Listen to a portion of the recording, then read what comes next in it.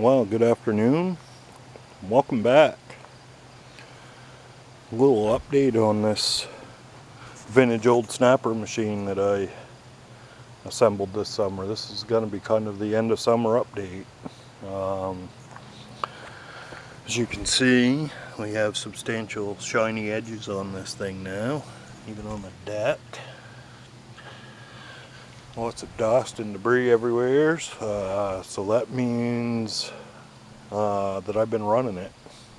I've logged about 15 hours on this thing in the last 3 weeks or so, 2 to 3 weeks.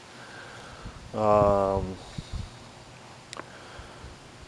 outstanding. This thing's running very well. I've added maybe a quarter of a quart of oil to the motor. Very little bit. It was really dusty and dirty yesterday when I was mowing with this thing. As you can tell, it's looking a lot less rusty and a lot more dusty. I actually kind of use this to do some bush hogging in the field with this yesterday, and actually I've logged a couple days or so.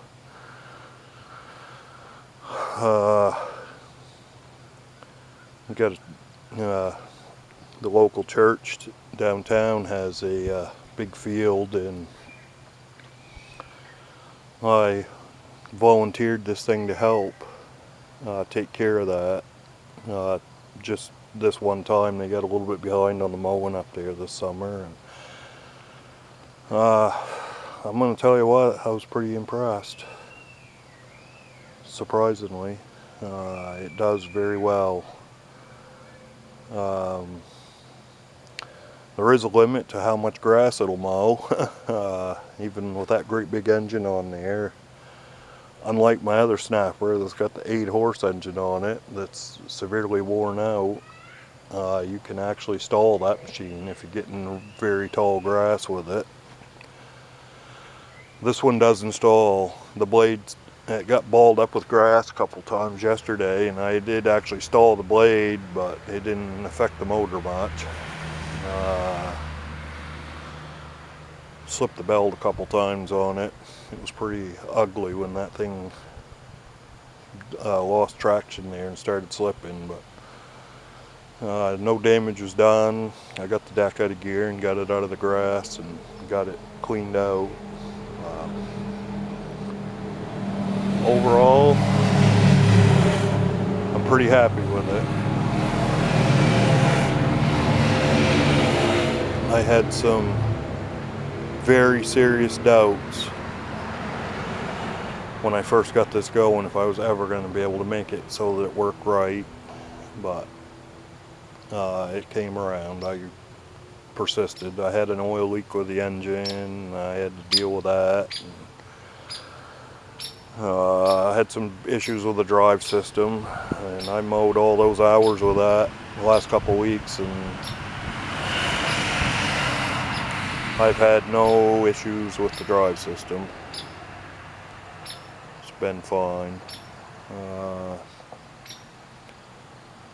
The only thing that I have got to do is kind of my own oversight. When I had the base gasket, base off of that engine, I didn't get the end play right on the crankshaft.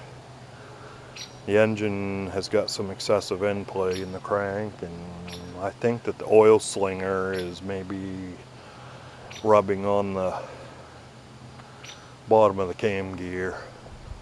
I think there's enough slack in there that, so obviously I got to fix that.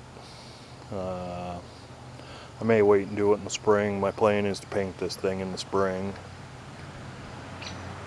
I've got several more base gaskets in there that came with that engine gasket set, so I wouldn't have any issues with that. And it'd be better to do it sooner than later because the crankshaft pulley will still come off there without much trouble. Obviously the motor comes off there easily. I've had it off there already this summer. But charging system works good. In fact, I mowed so long with it yesterday, the battery was actually starting to boil over a little bit. I ran it for probably about 3.5, 4 hours yesterday, and it went perfect. Very, very happy with it. Amazingly, the original old tires are still holding up on this thing. I haven't changed them yet. I figured I might as well run them as long as they'll go, and then I've got an extra set of tires and tubes in the garage, so I might just well run these ones until they blow and then change them. Front tires I don't think are in very bad shape on it, but the back ones are real bad. Anyway, I've tested another thing I was going to say, I have tested the alternator system out quite well. I mowed for over an hour after dark one night last week, and it was pretty straightforward mowing. There wasn't too many obstacles, so I just flicked the headlight on, and I kept her going for over an hour, and the light never got dim and the battery never died, so apparently that's going to work quite well, I guess.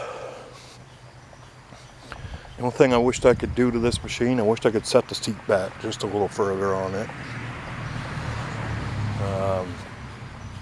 Already it's close enough so that when I sit down and lean back really hard on it, it'll hit the gas tank bracket. But of course that's what you get for buying aftermarket parts, aftermarket seat.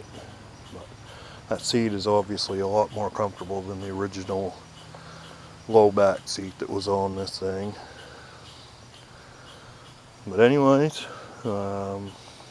guess there's nothing else there to talk about, I guess. She works alright. Anyways, have a good afternoon. Maybe I'll get another video here again at some point in time. We'll talk to you all later on. Bye-bye.